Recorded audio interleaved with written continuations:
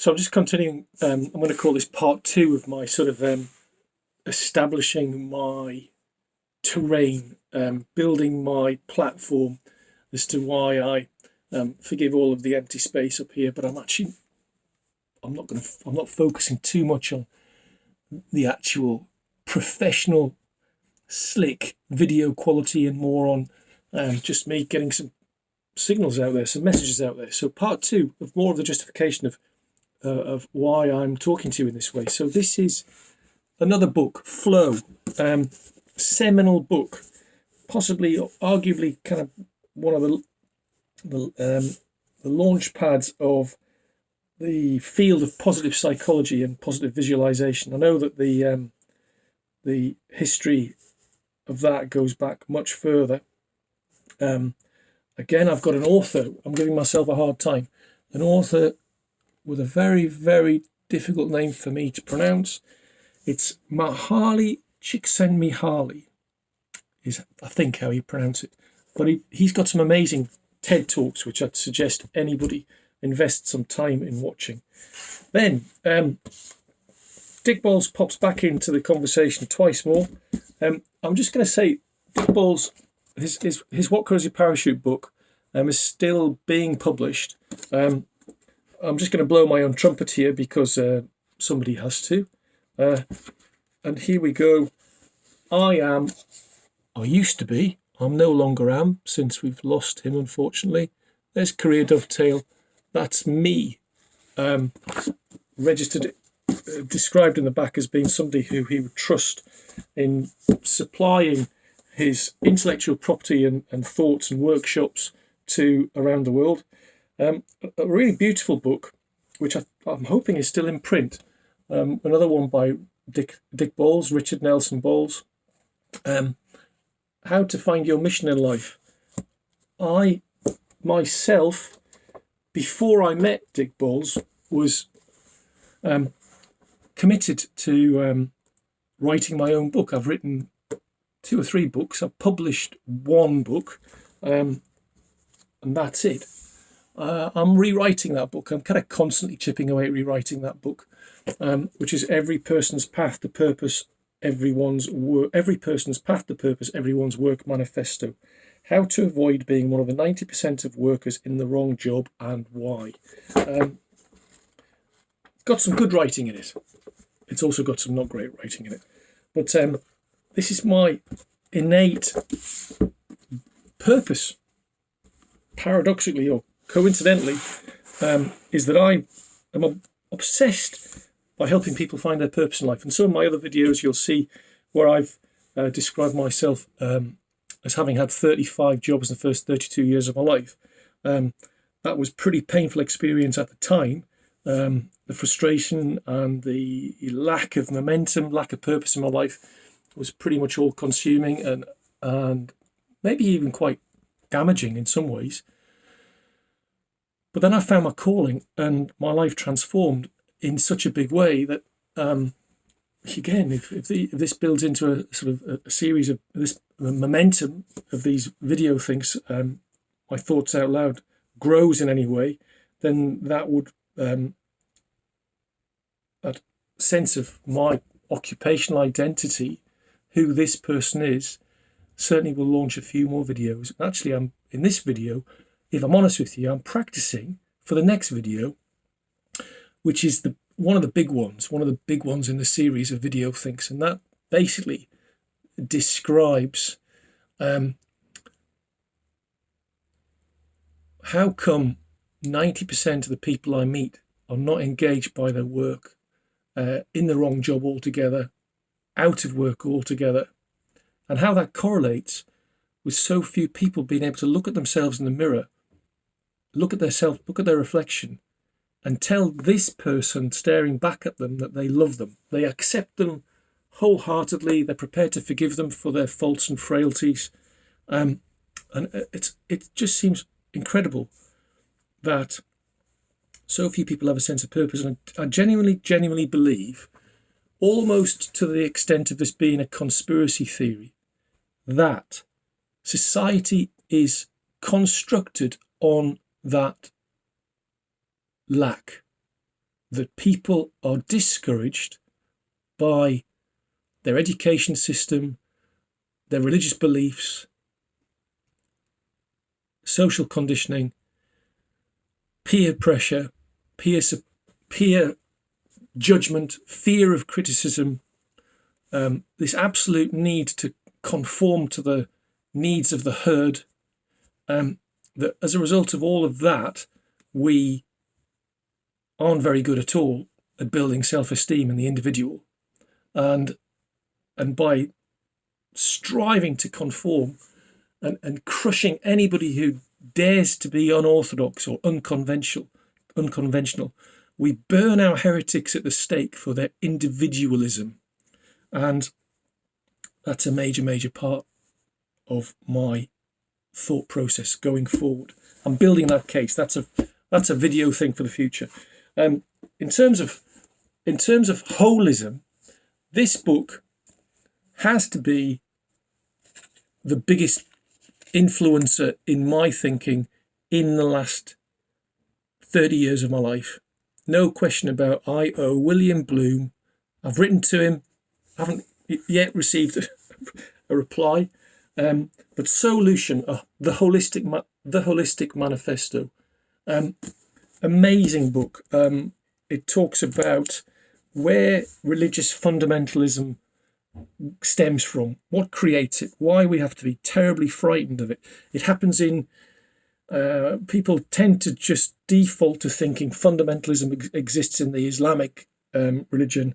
Well, it doesn't. It exists in many faiths, and I am a holist. I believe in a higher power. I believe probably more in the force of nature, and I absolutely loathe dogma. Dogma causes a binary attitude. You're either right or you're wrong. That's all dogma achieves in my reckoning. And we've got to be so fearful of dogma in the world, because we have taken strides back to the medieval times with regard to our crusades against each other on this planet. Enough said about that probably now. I'm just going to give you a quick blast of that one. Career theories and models at work, ideas for practice. Huge change in my life came when I formalised my experience through a 2-year postgraduate training between 1996 and 1997, 95, 96, 97. Part 1 at university, full-time year at university, looking at theories, and then a part 2 probationary year, applying them in practice. And that was, again, a very transformational. That's what this is about. This is what part 2 of my little video think on who and why Duncan thinks he's got the right to establish this platform. Well, my formal education in careers is my justification. I was going to name drop and show how I'm quite proud of the fact that I am just going to name drop. Some of my books are actually signed by the authors. There's Dick Bowles leaving me a message back in the year 2000. And here we have a book. Here I have a book.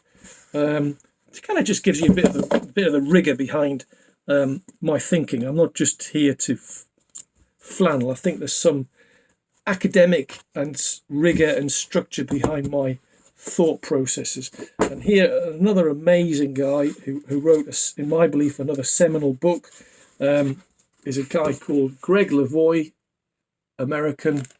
I had the pleasure of meeting him. I consider him to be a friend. Connected on Facebook, exchange a few ideas. Callings, finding and following an authentic life. I'm hoping you can see the thread of thinking between these books that I'm just introducing to you. That's again an amazing book. How a person, if you want to build a sense of momentum in your life and construct a feasible, achievable picture as to what your calling might be in this life, then that would be a great start to read that book. It's a masterpiece. Kind of segues me nicely into a book which I use with nearly all my clients over the last 20 years. Tiger and Tiger, husband and wife, Paul and Barbara Baron Tiger is the wife. Do what you are. Discover the perfect career for you through the secrets of personality type. Gosh, I'm going to have to dedicate, I now realise, a whole video film to the power of your personality and how it influences career choice. I can feel myself building a head of steam on that single topic. So you might never get to see this film. I might choose not to publish it, but it's certainly been helpful in terms of cobbling together the patchwork of thoughts that I have. This one, right now, Naomi Klein is a phenomenon. She's written, I've got another book up there called No Logo. That was, I think, was one of her most successful initial books. Shock Doctrine is kind of where we're at. It's the rise of disaster capitalism, and how there are people in this world who would capitalise on other people's misfortune. And I'm just going to put that one out there. Have a read a précis of that book, if nothing else, and just have a watch and make sure. Let's just make sure that the billionaires, the billionaire class, do not capitalise on the misfortune of any citizen in the world who's been on the receiving end of the injustices caused by coronavirus. Slightly bringing the temperature back to more positive. I've created a field called work aesthetics. And work aesthetics is where you see a craftsman or a craftsperson, craftswoman in their perfect work, which can be anything, from a street cleaner pushing their wheelbarrow, sweeping a road, to a neurosurgeon suturing microscopic capillaries in a person's brain with the most incredible dexterity. Either one could be a work aesthete. It's about what you radiate, that innate force that we each possess within us. It's how we get that out and deliver that to society. So this beautiful, beautiful book, the Book of Forgotten Crafts, is produced by the Heritage Crafts Association in the UK, and it looks at some people such as a traditional paper maker there, people like bodgers, rope makers, decorative crafts such as glass blowing, my native northeast having the amazing glass museum at Sunderland, stained glass artists, glass engravers, basket makers, sep makers, I think that's the beekeeping, handcrafts such as hurdle making, thatching obviously is in here, the bodger. The bodger's an interesting one. Somebody who kind of makes things. They connected up with the traditional woodsman in the beautiful book. Real passion of mine. Might be losing a bit of steam, but this is a book by, in my field, is the world famous John Holland, who came up with the Holland Code, making vocational choices.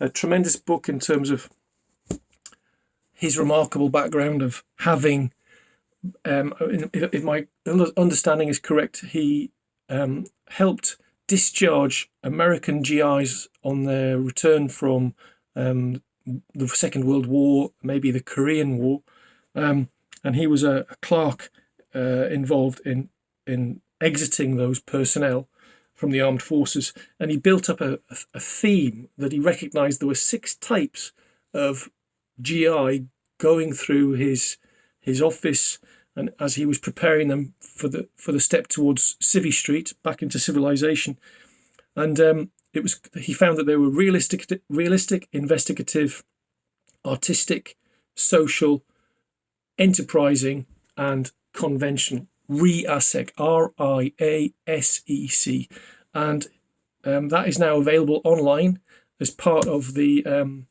PAR organisation down there, and they've just converted that paper questionnaire to really useful online tool which anybody can do, called a self-directed search, and I'd strongly recommend that at this period when we're all reinventing ourselves. And I think I'm going to leave it at there. I've managed to on the meter, the time meter, I've managed to run up another 15 minutes of your time. I'm hoping it's been worthwhile.